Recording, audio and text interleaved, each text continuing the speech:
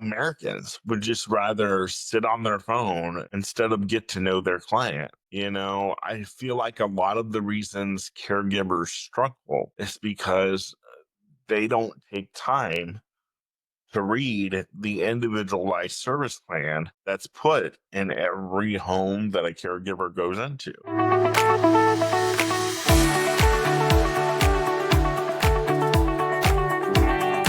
Wow, guys, can you believe it? We're already over 20 episodes into Nick Speaks, but here's the truth. I couldn't have done it alone.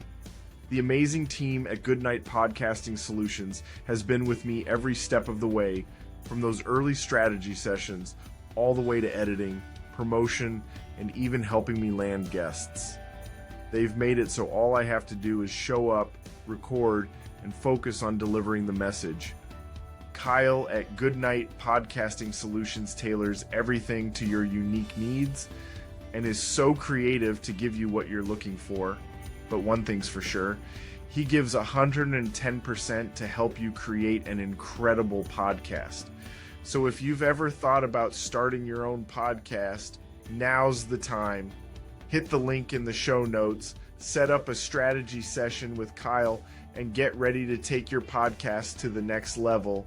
Trust me, you won't regret it. Hello, everybody. Welcome to the latest episode of the Nick Speaks podcast, the podcast dedicated to the disabled community, where we speak up, speak out, and speak loud about the issues that matter to the disabled the most.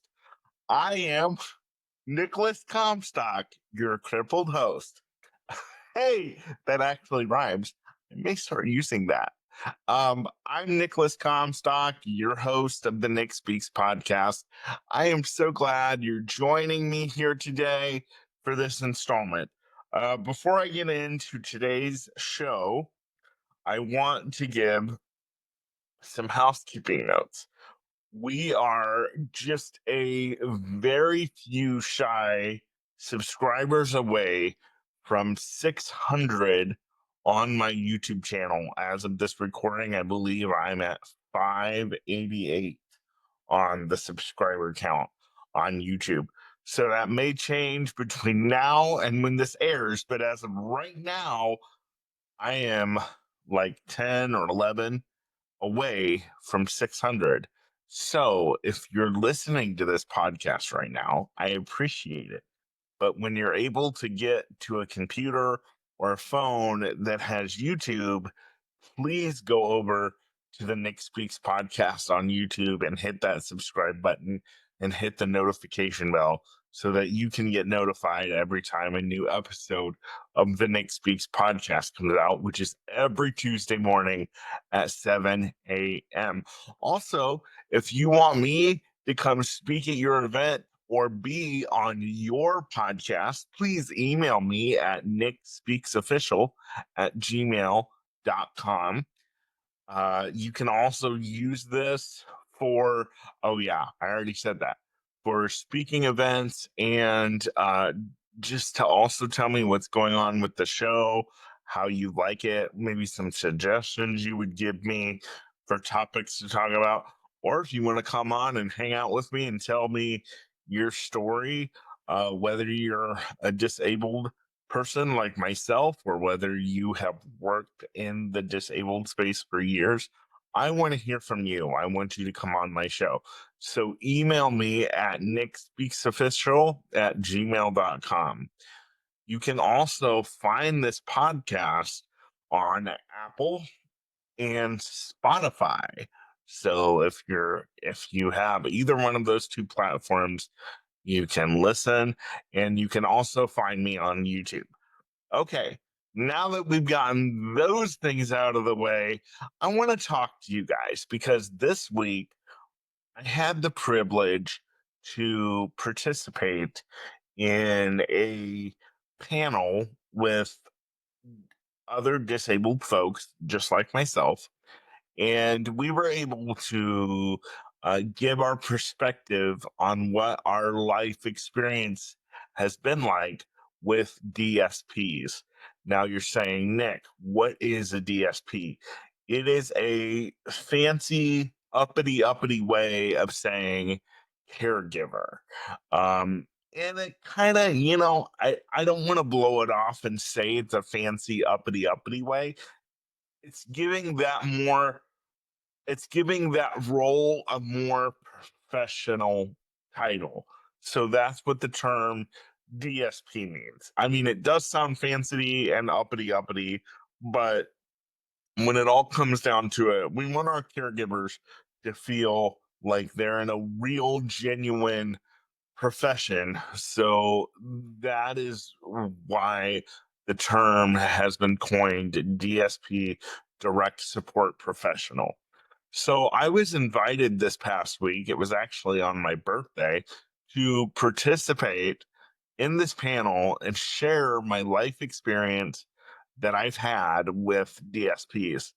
And one of the things that I brought up was if there could be more training and more understanding between the direct support professional and the client, that even though the client does not sign the caregiver's paycheck, the direct support professional's paycheck, that they are still the boss. They control what goes on. I am my caregiver's, in my opinion, I am my caregiver's direct supervisor because they are in my home. They are providing a service for me. What I say goes within the scope of their job. Now, I want to say this, that scope is very large. You don't just come in and do a list of things that's on the paper and then go home. Although some caregivers have that attitude. And I've said many times on my TikTok, and I believe a few times on this podcast, that if caregivers have the attitude that I'm just there to do what's on the paper, a list of to-dos, and go home, you really need to get out of the field, because caregiving is so much more than just a written list of duties that you must perform every day. I mean, if you're a good caregiver, and I'm sure there are a lot of you out there, you're going to treat your clients like family at the end of the day. So you're going to go above and beyond what your job scope actually is. But anyway, I brought this up in the panel because within the last, I would say, year or two, maybe three, I've had some pretty strong disagreements with my own personal caregiver because they say because I don't sign their paycheck and the agency that I'm with signs their paycheck, that I am not their boss. They're the one that signs their paycheck is their boss. And I strongly disagree. And when I brought this up with the panel, uh, they agreed with me as well. In fact, one of the other ladies that was on there said that um, her agency director made it very clear that the client is in charge, because you're in this client's home. Yes, you are there to work.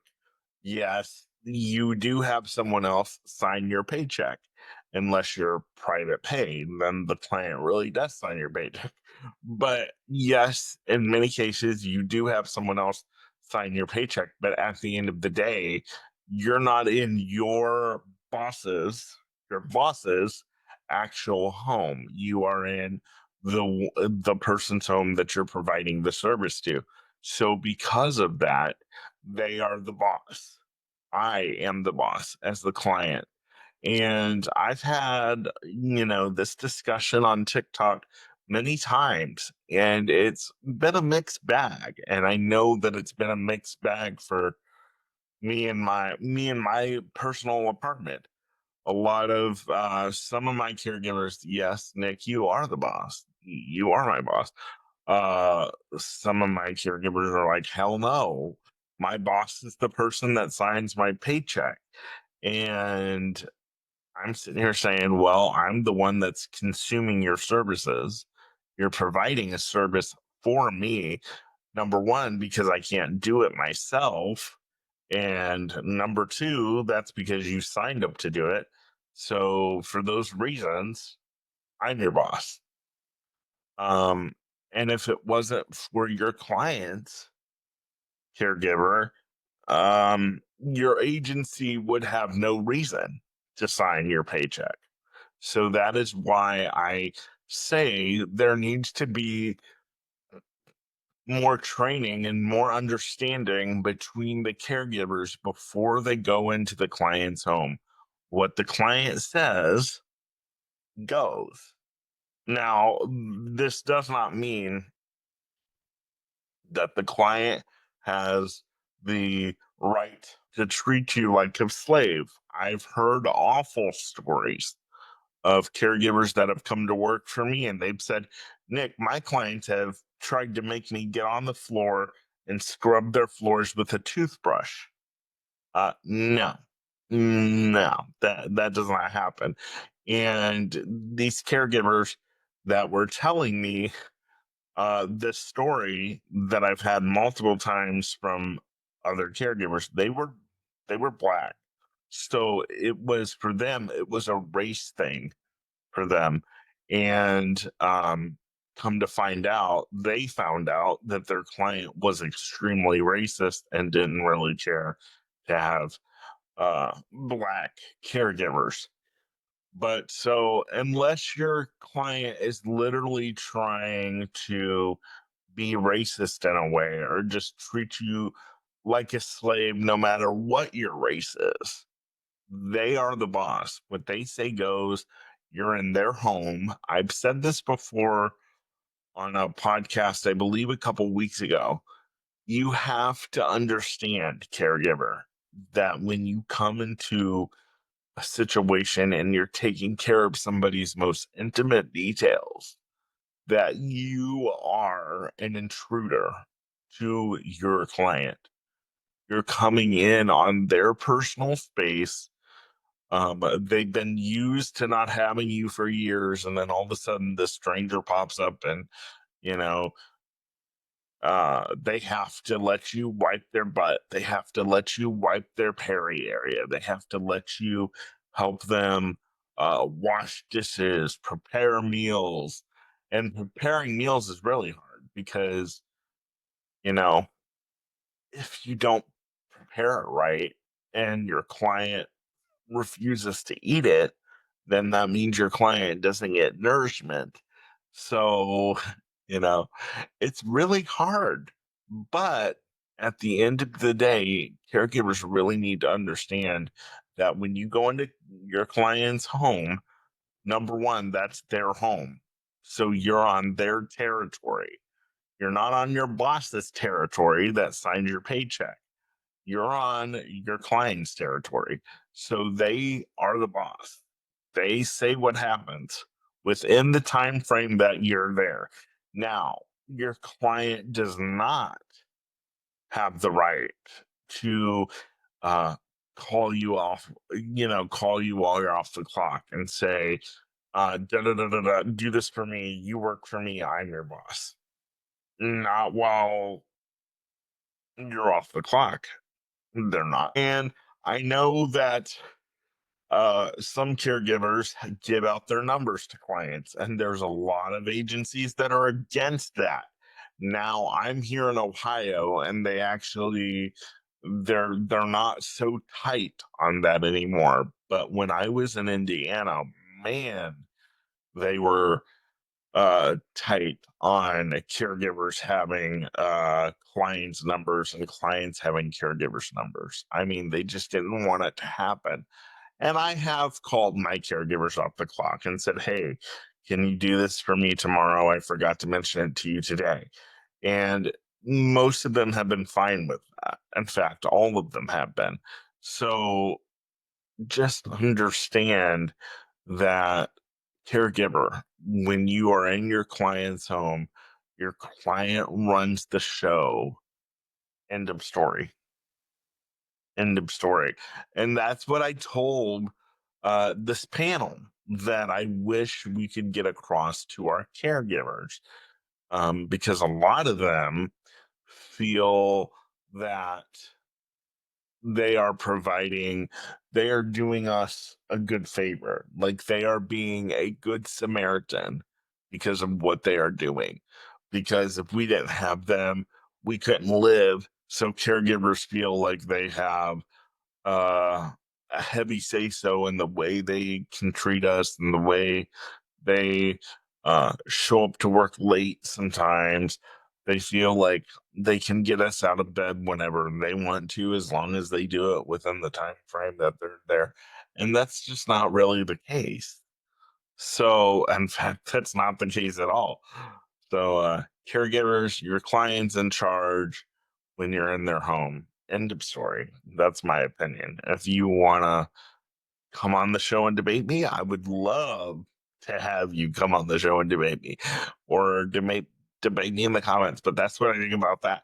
And then something else that we talked about is that because, for example, I'm here in Columbus, Ohio, and here in Columbus, Ohio, we have a very high immigrant status when it comes to caregivers. 100% of my staff are from Cameroon, which is a country in Africa. And so a lot of them are not acclimated to the culture. They don't know the American food. They don't understand a lot of our words. They don't understand our customs.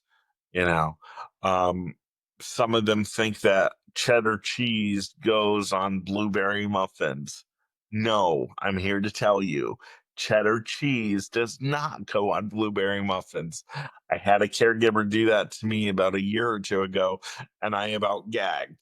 And he tried to convince me that cheddar cheese and blueberry muffins go perfect together. Trust me, they do not. It is not a food combo that you want to try. So it would be great if somehow the departments of disability services all across the country could somehow get these caregivers who are willing to do the job, who are from other countries, to get them acclimated somehow to the culture before they send them to the caregiver client or to the site where they're going to be caregiving. It would help that if caregiving agencies would be required to teach all of their caregivers, whether they're foreigners or not, how to cook a basic week worth of meals, how to cook a meatloaf, how to cook a taco salad, how to make a pizza, how to make spaghetti. It would help so much. And I also said on this panel that you know I want to get as close with my caregivers as possible. And one of the things that I really struggled with the current agency that I have now, even though I love them and they've been fantastic to me, since I've been with them August of 2024, is that um, because my caregivers are from another country, it's almost like we don't really have anything in common. And a lot of them would like to sit on their phone. And you get this happening with Americans a lot too. But I tell you, man, I mean, these foreigners love their phone. And you think Americans are bad. I mean, sometimes I have to call my caregiver over and be like, "Can you please do your job?" I mean, I know like your family's on the other side of the world in Cameroon and they're about to wrap up for the day, or maybe they're just waking up, but I need you here and I need you present, you know, and I really want to build a relationship with my caregivers. And that's been really, really difficult, with the fact being that 100% of my staff are from another country. So there are so many factors. There's language barriers, there's not knowing much about the other country. because we come from two totally different cultures. Also, even Americans would just rather sit on their phone instead of get to know their client. I feel like a lot of the reasons caregivers struggle is because they don't take time to read the individualized service plan that's put in every home that a caregiver goes into. At least that's how it is here in Ohio. I don't know how it works in other states, but I'm sure they have something similar to an individualized service plan that says everything that the client likes to do or what makes the client sad or mad or whatever. And it is the requirement of every caregiver to read that plan. It is like the Bible for caregiving, okay? Your client's ISP is the Bible for their life. It tells you everything you need to know. And then well, I shouldn't say everything, quite a bit of things. And then there's that opportunity for you to sit down with your client and say, what do you like to do? Or I heard that you love basketball in your plan, you know? So one of my other main points on this panel was that we need to work on caregivers really developing relationships with their clients and getting off the phone. Because if you're there for 16 hours, you've got to do more than sweep a floor once and make sure your client gets fed. Engage with them, love on them, let them know that you're there for them, let them know that you're someone that they can confide in. Because a lot of these clients don't have family, especially if you're a caregiver that goes into a group home situation. A lot of these parents threw their kids in a group home and said, you deal with them. I don't want to deal with them. Or, you've got these special needs parents who are helicopter parents when it comes to caregivers, but yet they don't want to do any of the work when it comes to caregiving. So you really have to step in as a caregiver and say, look, you're my guy, you're my chick. What can I do to make your life better? And what can I do to be a better caregiver? And sit down with each other. And clients, I would encourage you, I do this all the time. I ask my caregivers, what can I do for you to be a better client? What can I change? Because at the end of the day, as much as the agencies don't want you to have a relationship with your client, which is ridiculous if you're there with them 5 to 6 days a week or 7 days a week, it's at the end of the day, it's a relationship and you have to figure out how you're going to work together, especially if you're spending 8 to 16 to 24 hours together. And I know that some people don't have 24-hour care, which is great. If you don't need that level of care, good for you. I would like to get to a point one day where I don't need somebody with me 24/7. But at the same time, if I ever got to that point, if I ever get to that point where I don't need somebody with me 24/7, I really don't know what I would do with myself because I've always had a caregiver for the last several years with me for 24/7. I mean, actually, my whole life, it's never really stopped. So to go from 24/7 and then not having anybody around, whether I end up cutting my hours or whether God ends up healing me, I wouldn't know what to do with not having anybody around me because I've had a caregiver around me 24/7 for the last several years. So that is the second thing that I've talked about in the panel is telling these caregivers to really build a relationship with us and getting them acclimated if they're foreign caregivers, to the culture before they go in to the client's home and realize that, hey, that TV may be out in the living room and the client may watch TV in their bedroom, but it's still their TV. So you need to ask if it's okay to watch. And you need to be sure that, you're not on the phone 24/7. And you need to be sure that when you are watching TV that the volume's not up so your client's not disturbed with what they're doing.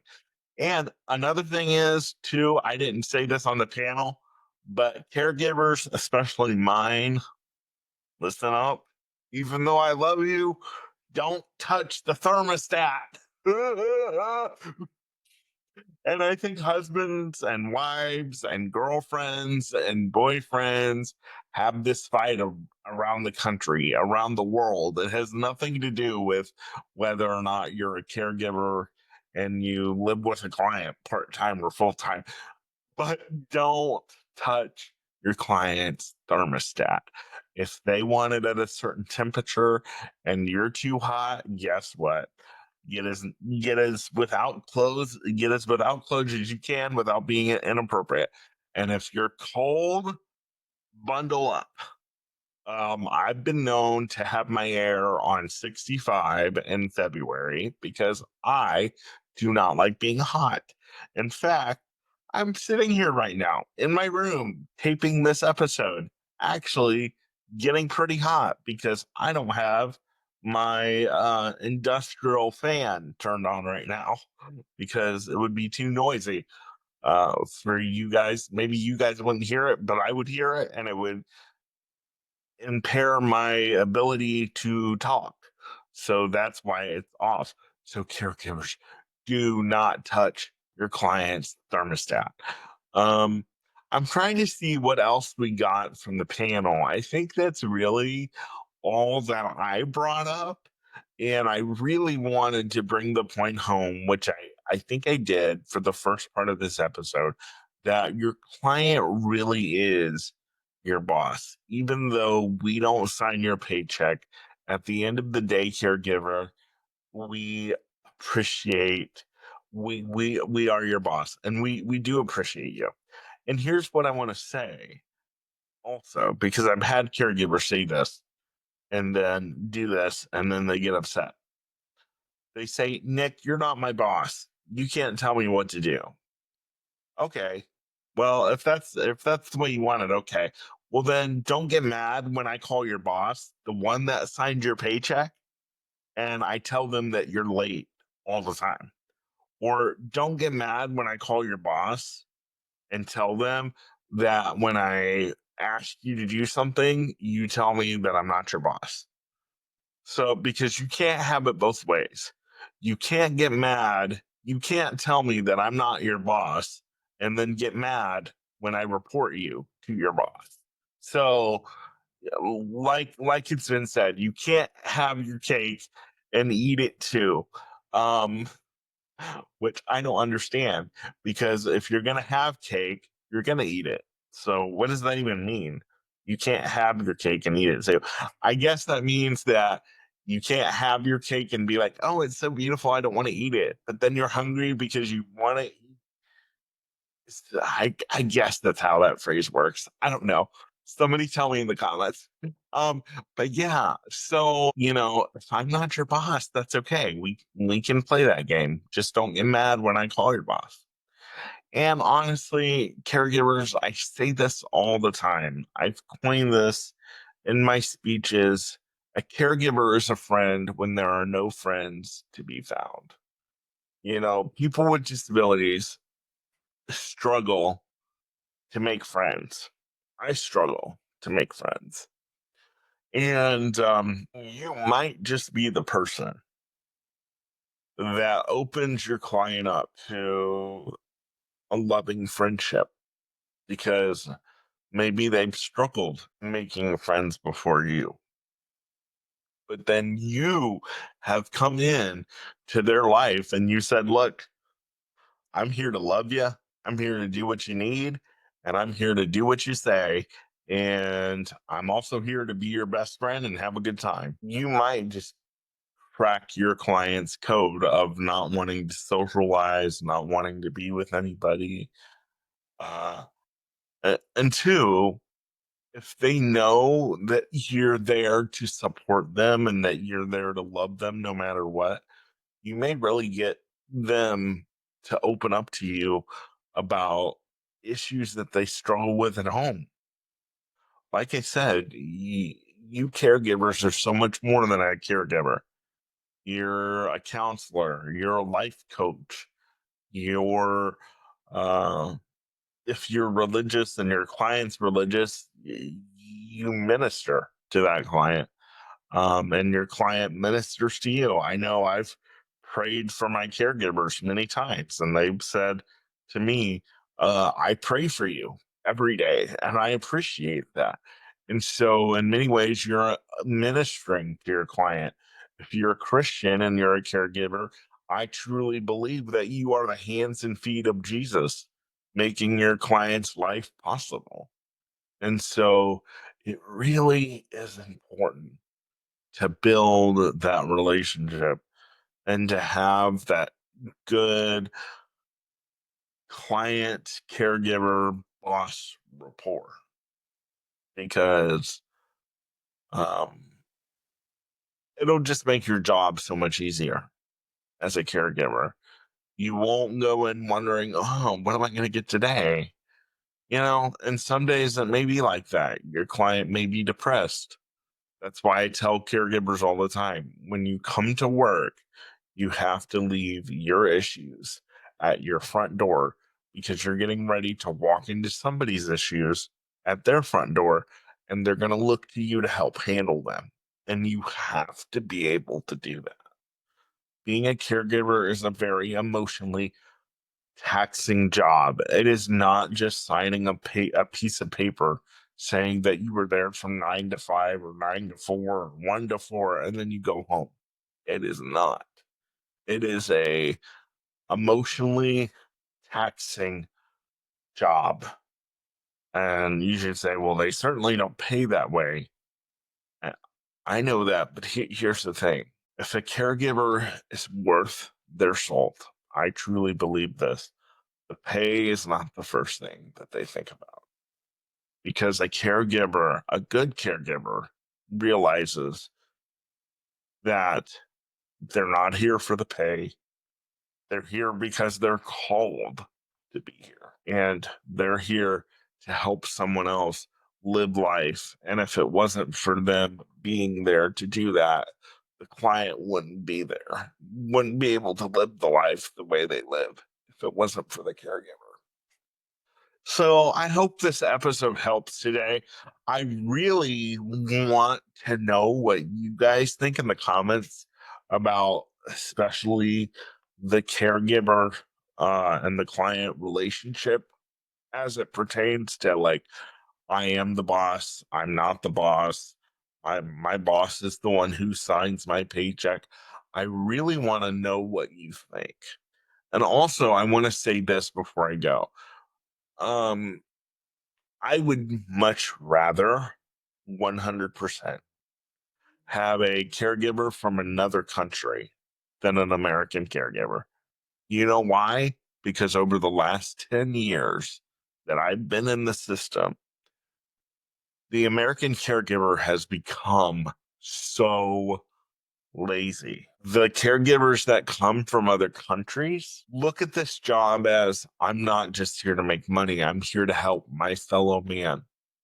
And this is what we're supposed to do for each other. If we could get that back in our caregiving system, if we could get Americans to understand that they are here to care for their fellow man who can't care for themselves without the help of someone else, instead of always trying to chase a paycheck. I'm not saying it's wrong to have a good support for your family, but when you're coming into this job, you really can't have that as your primary focus. And a lot of the foreign A lot of the foreign caregivers don't have that focus. They just have 3 or 4 different jobs because they know they need it in order to survive. I mean, my caregivers are some of the most entrepreneurial people that I've ever seen. I mean, they're on the phone. If I'm in here filming or if I'm doing a TikTok or doing a media blitz, they're in the other room on the phone talking to their relatives, transferring money to them. They have other businesses back in Africa. This is not their bread. They know that they have to support their family, and they know that their job as a caregiver is not going to help them do that, unfortunately, full time. So they know that they have to have 3 or 4 positions here in America, as well as a business back home. So, if we could just get Americans to understand, like the foreign caregivers do, I'm here to help my fellow man. I'll worry about the paycheck. Secondly, I'll get a third or fourth job if I have to. If we could get the Americans on the same page as a lot of my former caregivers are, it would be so awesome. And especially if we could get the caregivers all around, whether you're foreign or not, to realize it's about building relationships with your clients. It's not just about signing a piece of paper saying that you were there so you can get a paycheck that you're still going to say is not enough and have to go back to work tomorrow. It's about building a relationship with your client. So I hope this helps, and I would really like to know if you're in the caregiver field and what you think about today's episode. And I would really like to invite you to come talk about your caregiver experience and as a caregiver or a client, and just tell me what you think. So, like I said at the beginning of the show, email me at nickspeaksofficial@gmail.com, and we will get you set up for a meeting and see if you're a good fit for Nick Speaks and go from there. Thanks for listening, guys. I am your host, Nick Comstock of the Nick Speaks podcast, where we speak up, speak out, and speak loud about the issues that matter to the disabled the most. I will see you next week. Bye bye.